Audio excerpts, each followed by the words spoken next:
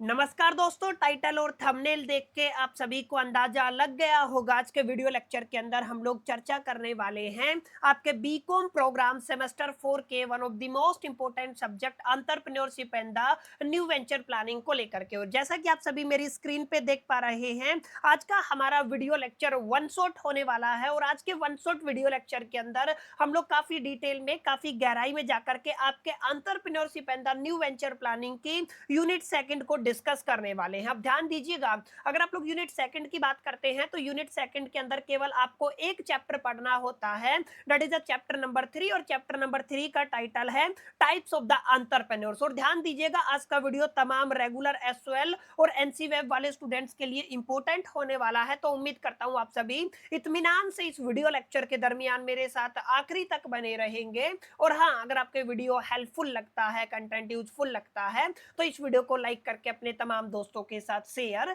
जरूर करेंगे। तो विदाउट वेस्टिंग द टाइम चलिए शुरू करते हैं।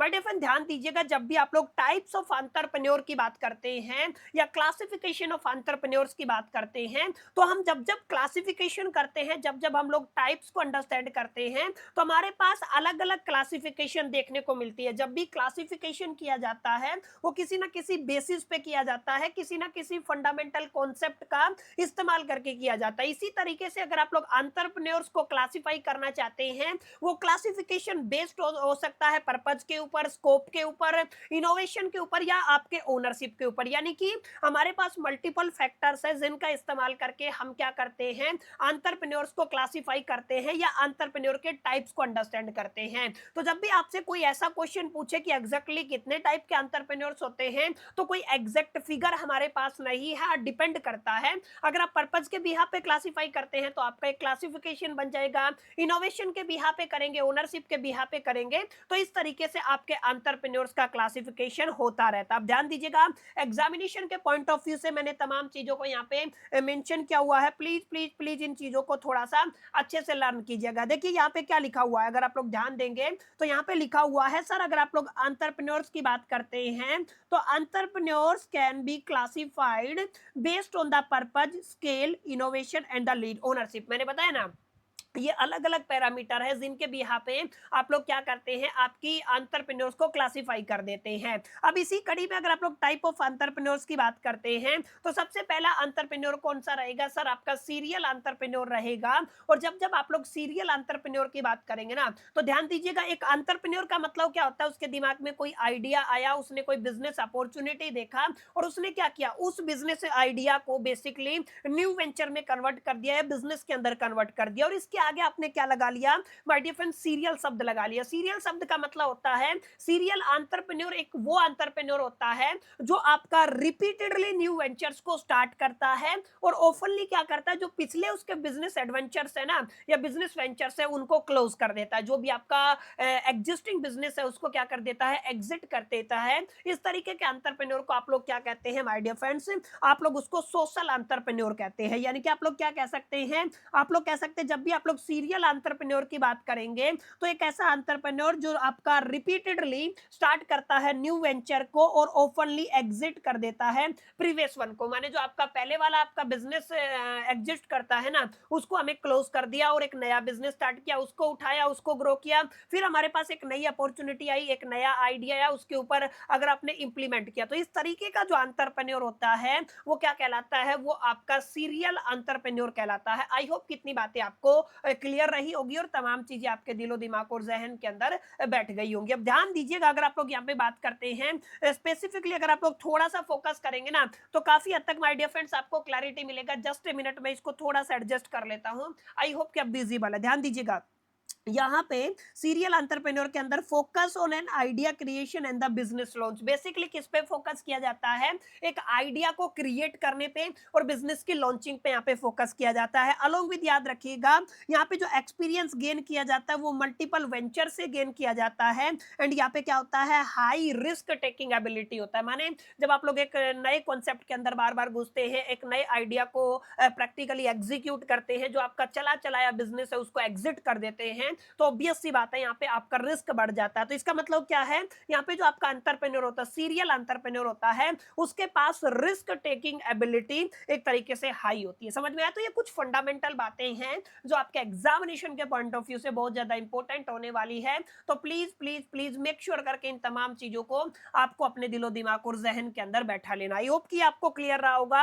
ये जो आपका पहला एंटरप्रेन्योर है, सीरियल एंटरप्रेन्योर, इसका क्या मीनिंग होता है, इसकी क्या डेफिनेशन होती है। सेकंड जो आपका एंटरप्रेन्योर होता है वो आपका सोशल एंटरप्रेन्योर होता है। सोशल एंटरप्रेन्योर वो एंटरप्रेन्योर होते हैं जो एक ऐसे बिजनेस, एक ऐसे वेंचर को स्टार्ट करते हैं जो कहीं ना कहीं किसी सोशल प्रॉब्लम का सॉल्यूशन प्रोवाइड करती है। समझ में आया? यानी कि हमारे पास कोई सोशल प्रॉब्लम है, ठीक है, उसका सॉल्यूशन अगर आपका बिजनेस कर सकता है तो इस तरीके के बिजनेसेस को जो स्टार्ट करते हैं वो एंटरप्रेन्योर क्या कहलाते हैं, वो आपके सोशल एंटरप्रेन्योर कहलाते हैं। इसका मतलब आप लोग कह सकते हैं सोशल एंटरप्रेन्योर फोकस करते हैं सोल्विंग सोशल और इन्वायरमेंटल प्रॉब्लम। ध्यान दीजिएगा, चाहे आपका प्रॉब्लम एक तरीके से सोशल हो सकता है, चाहे आपका प्रॉब्लम इन्वायरमेंटल हो सकता है। तो जितने भी एंटरप्रेन्योर किसी सोशल या इन्वायरमेंटल प्रॉब्लम को सोल्व करने के लिए एक बिजनेस को स्टार्ट करते हैं वो आपके क्या कहलाते हैं, सोशल एंटरप्रेन्योर कहलाते हैं। अब ध्यान दीजिएगा, यहाँ पे जो आपका सोशल ऑब्जेक्टिव सबसे पहले होता है और प्रॉफिट आपका सेकेंडरी ऑब्जेक्टिव होता है। तो आप लोग क्या कह सकते हैं, इस तरीके के एंटरप्रेन्योर्स के लिए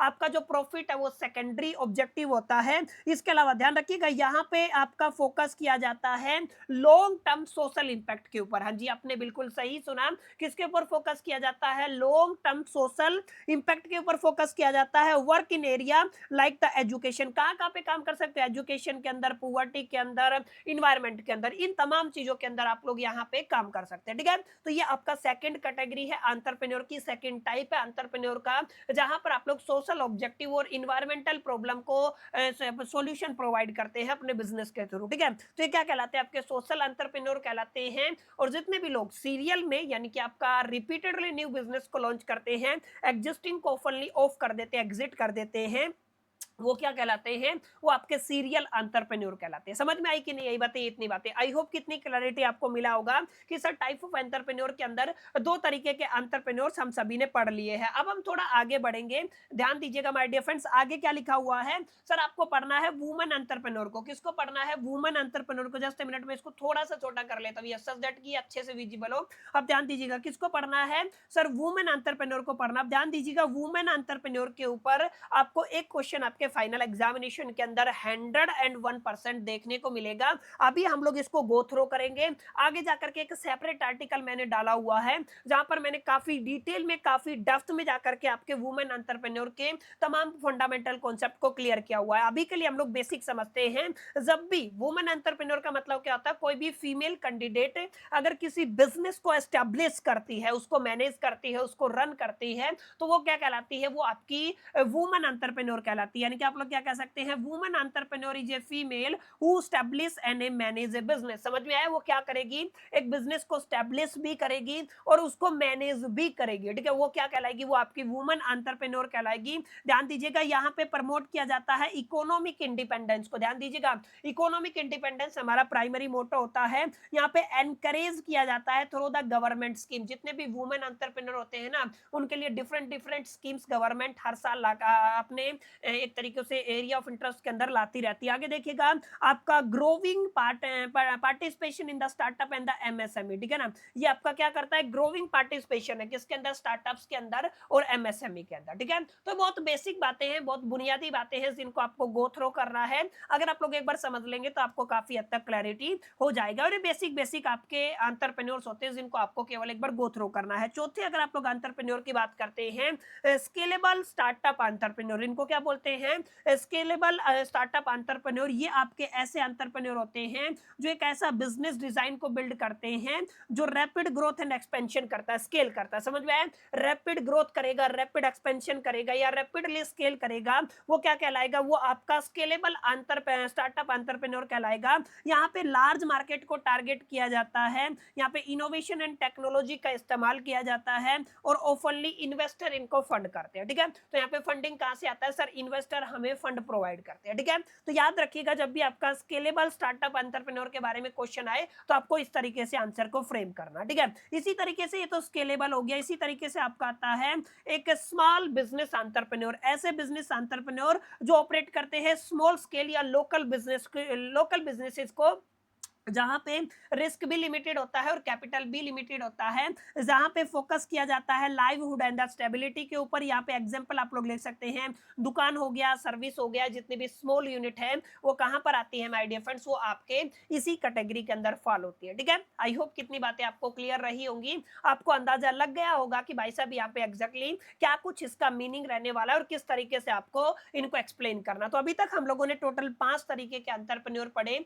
सीरियल एंटरप्रेन्योर पढ़ा हमने, आपका सोशल एंटरप्रेन्योर पढ़ा, वुमेन एंटरप्रेन्योर हमने पढ़ लिया, स्केलेबल स्टार्टअप एंटरप्रेन्योर हमने पढ़ा, और इसके अलावा आपका स्मॉल बिजनेस एंटरप्रेन्योर हमने पढ़ा, ठीक है। आई होप कि ये पहला वाला पेज आपको क्लियर रहा होगा, आपको एक अंडरस्टैंडिंग होगी कि एग्जैक्टली किस किस तरीके के एंटरप्रेन्योर यहाँ पे एग्जिस्ट करते हैं। अब हम आगे बढ़ते हैं और अगला एंटरप्रेन्योर पढ़ते हैं। माय डियर फ्रेंड्स, ये आपका रहने वाला है इनोवेटिव और द टेक एंटरप्रेन्योर। यानी कि इनोवेटिव और टेक एंटरप्रेन्योर का मतलब होता है एक ऐसा एंटरप्रेन्योर जो नए नए आइडियाज के ऊपर, नए नए प्रोडक्ट के ऊपर, नई नई टेक्नोलॉजी के ऊपर काम करता है, या इनको इंट्रोड्यूस कराता है। यानी कि आप लोग क्या कह सकते हैं, आप लोग कह सकते हैं introducing a new idea, new product और new technology is called the innovative और ए टेक एंटरप्रेन्योर। यहाँ पे इनोवेशन हमारा प्राइमरी फोकस होता है, हाई अनसर्टेनिटी एंड रिवॉर्ड होता है, और यहाँ पे याद रखिएगा आपका ड्राइव इकोनॉमिक डेवलपमेंट, यानी कि आपका इकोनॉमिक डेवलपमेंट के अंदर मेन ड्राइवर की तरह काम करते हैं कौन, आपके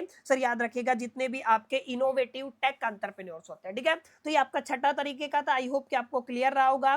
अगले की तरफ बढ़ते हैं तो आपका कॉर्पोरेटिव एंटरप्रेन्योर, जिसको आप लोग इंट्राप्रेन्योर भी कहते हैं। ध्यान दीजिएगा, मैं इसको थोड़ा सा कलर चेंज करूंगा ताकि आपको अच्छे से क्लैरिटी हो सके। ये पेपर में पूछा जाएगा एंटरप्रेन्योर और एंट्राप्रेन्योर के बीच में क्या डिफरेंस होता है, इसको आपको एक्सप्लेन करना है। तो याद रखिएगा जो आपका एंट्रप्रेन्योर होता है ना, वो आपका कॉर्पोरेट एंटरप्रेन्योर को कहते हैं एन एम्प्लॉय। यहाँ पे कौन होगा, एम्प्लॉय की बात होगी, who behave like a entrepreneur, एक ऐसा एम्प्लॉय जो किसकी तरह बिहेव करता है, लाइक एंटरप्रेन्योर की तरह बिहेव करता है विद इन एन ऑर्गेनाइजेशन। उसको क्या कहते हो आप लोग, उसको एंटरप्रेन्योर नहीं कहेंगे, उसको आप लोग इंट्राप्रेन्योर कहेंगे, ठीक है। तो याद रखिएगा एक आपका एंटरप्रेन्योर यानी कि जो आपका पर्सन होता है जिसने बिजनेस को स्टार्ट किया वो तो एंटरप्रेन्योर हो गया, लेकिन एक ऐसा एम्प्लॉय जो आपके एंटरप्रेन्योर की तरह बिहेव करता है उसको आप लोग कॉर्पोरेट एंटरप्रेन्योर कहते हैं, या ये आपका क्या बन सकता है, इंट्राप्रेन्योर, ठीक है। याद रखिएगा, अब यहाँ पे याद रखिएगा, यहाँ पे ये जो पर्सन है, ये जो एम्प्लॉय है कंपनी के रिसोर्सेज को यूज करता है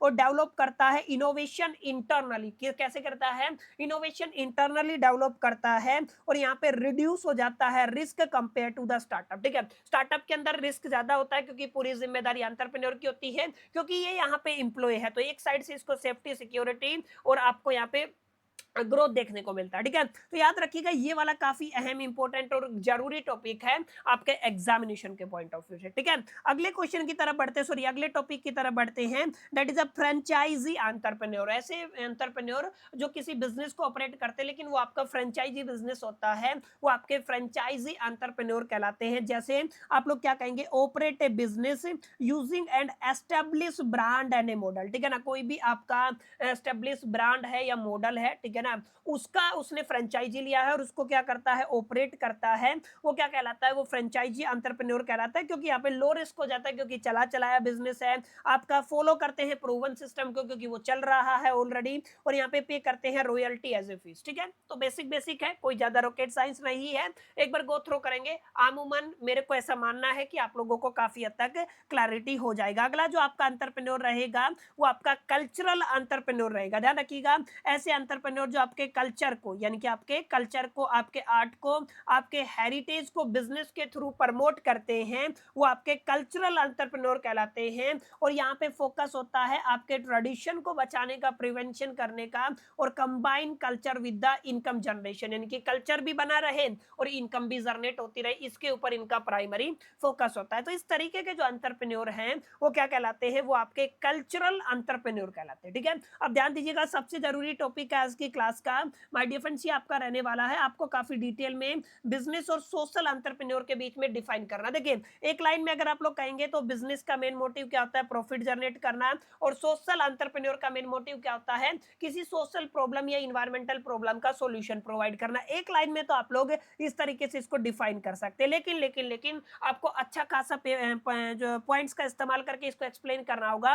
तो ध्यान दीजिएगा, सबसे पहले ऑब्जेक्टिव की बात करेंगे, सबसे पहले बिजनेस एंटरप्रेन्योर रहेगा, उसके बाद आपका सोशल एंटरप्रेन्योरशिप रहेगा, ठीक है, याद रखिएगा। अब ध्यान दीजिएगा, अगर आप लोग बिजनेस एंटरप्रेन्योर की बात करते हैं तो मेन ऑब्जेक्टिव क्या होता है, प्रॉफिट मैक्सिमाइजेशन। सोशल एंटरप्रेन्योरशिप के केस में आपका सोशल वेलफेयर हमारा प्राइमरी ऑब्जेक्टिव होता है। फोकस के अंदर क्या होता है, कस्टमर्स एंड द मार्केट होता है, ठीक है, यानी कि फोकस का बिजनेस एंटरप्रेन्योर के अंदर हमें कस्टमर के ऊपर फोकस करना, मार्केट के ऊपर फोकस करना है, लेकिन सोशल एंटरप्रेन्योर के केस में हम लोग सोसाइटी और कम्युनिटी के ऊपर फोकस करते हैं, ठीक है। इसी तरीके से प्रॉफिट की बात करते हैं तो पर्सनल और आपका ओनर बेनिफिट उठाता है प्रॉफिट को, यहाँ पे क्या किया जाता है, आपका री इन्वेस्ट किया जाता है कॉजेज के केस में, ठीक है। इसी तरीके से सक्सेस मेजर क्या होता है, प्रॉफिट एंड ग्रोथ होता है, यहाँ पे सोशल इंपैक्ट क्या होता है, सक्सेस मेजर माना जाता है, नेचर क्या होता है, कमर्शियल, और ये क्या होता है, मिशन ड्रिवन। इन शॉर्ट में आप लोग ध्यान दे सकते हैं, सोशल एंटरप्रेन्योर सोसाइटी के लिए काम करते हैं, प्रॉफिट होता है तो सेकेंडरी मोटिव होता है, उसको दोबारा से री इन्वेस्ट कर दिया जाता है, ठीक है।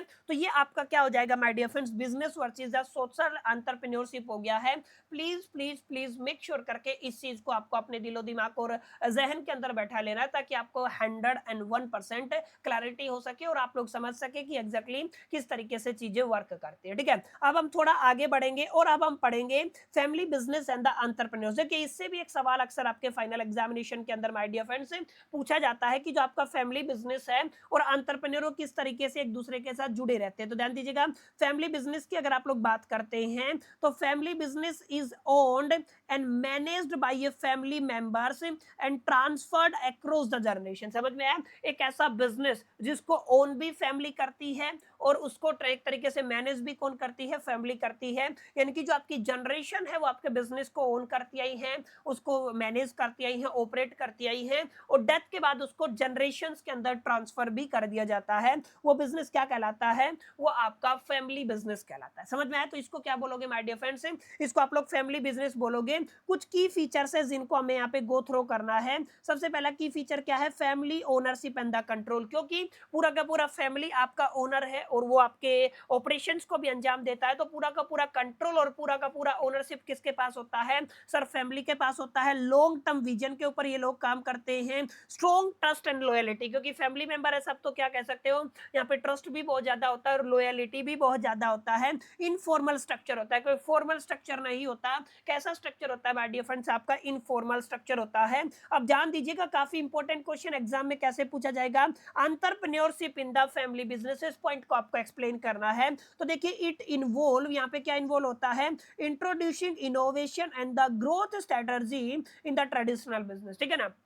Entrepreneurship in the family business माने फैमिली बिजनेस ऑलरेडी था, अब उसके अंदर आपको इंट्रोड्यूस करना है। क्या इंट्रोड्यूस करना है, कोई इनोवेशन को इंट्रोड्यूस करना है या कोई ग्रोथ स्ट्रेटजी को इंट्रोड्यूस करना है, ठीक है ना। ट्रेडिशनल बिजनेस के अंदर ये क्या कहलाएगी, ये आपका entrepreneurship in the family business कहलाएगा। अगर आप लोग रोल्स की बात करते हैं तो जैसे आपका मॉडर्नाइजेशन हो गया, मार्केट का एक्सपेंशन करना है, टेक्नोलॉजी का एडोप्शन करना है, या जो सस्टेनेबिलिटी वाला फैक्टर है ना, वो सब यहाँ पे इंक्लूड किए जाते हैं। समझ में आया, तो यानी कि आप लोग कह सकते हैं entrepreneurship in the family business का मतलब it involve the introducing innovation and the growth strategy in the traditional business, ठीक है।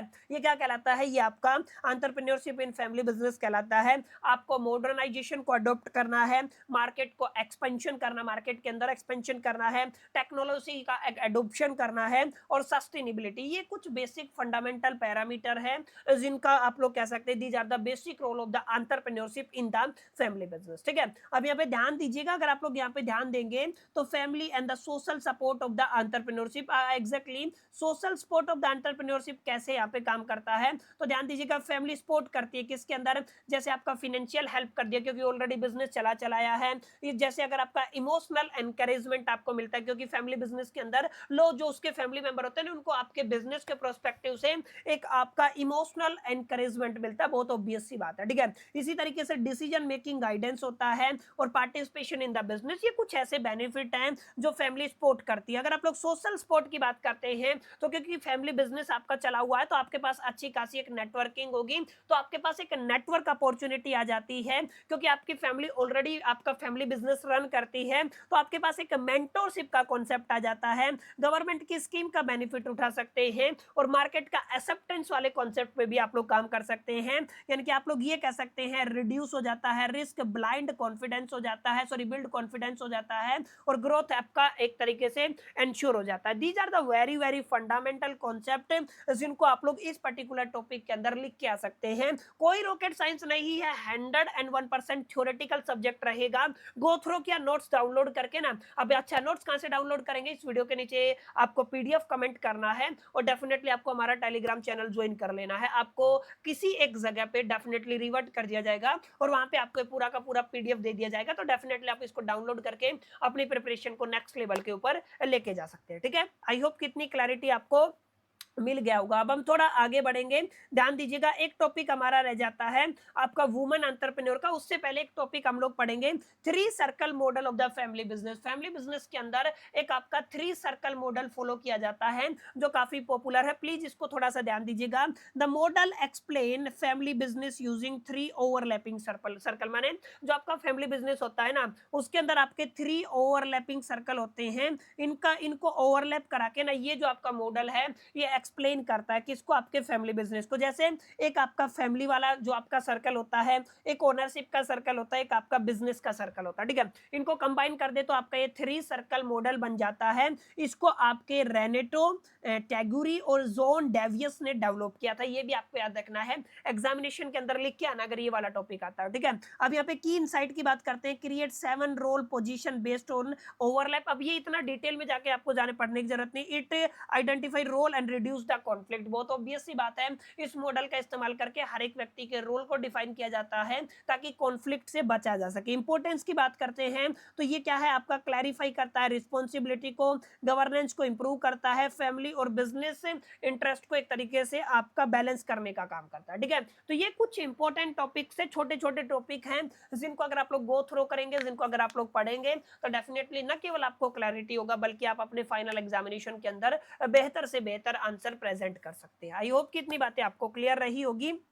अब जो मैंने बताया था एक topic that is a woman entrepreneur, इसको हम लोग काफी डिटेल में जाकर के पढ़ेंगे क्योंकि यहाँ से पूरी पूरी संभावना है कि आपको फाइनल एग्जामिनेशन के अंदर एक क्वेश्चन देखने को मिले। तो ध्यान दीजिएगा, एक वुमन एंटरप्रेन्योर एक ऐसी वुमन होती है जो इनिशिएट करती है, ऑर्गेनाइज करती है, मैनेज करती है, रिस्क लेती है और एक बिजनेस को खड़ा करती है। ठीक है, उसको क्या कहते हो आप लोग, उसको वुमन एंटरप्रेन्योर कहते हो। इंडिया के अंदर business is often consider a woman owned enterprises when at least 51% ownership and the control is held by the women. माने अगर आप लोग किसी भी कंपनी की बात करते हैं, किसी भी बिजनेस के अंदर अगर वुमेन के पास उसके अंदर 51% कम से कम एटलीस्ट आपका ओनरशिप है तो वो आपका वुमेन एंटरप्रेन्योर की कैटेगरी में माना जाएगा। ठीक है, अब ध्यान दीजिएगा कुछ कैरेक्टरिस्टिक है जिनको आपको पढ़ना है जो कहां पर है आपके वुमेन एंटरप्रेन्योर के अंदर। जैसे रिस्क टेकिंग एबिलिटी, यानी कि जो आपका एक वुमेन एंटरप्रेन्योर होता है उसके पास एक अच्छी खासी रिस्क टेकिंग एबिलिटी होती है, इनोवेटिव थिंकिंग होती है, नए नए आइडियाज को, नए नए प्रोडक्ट को,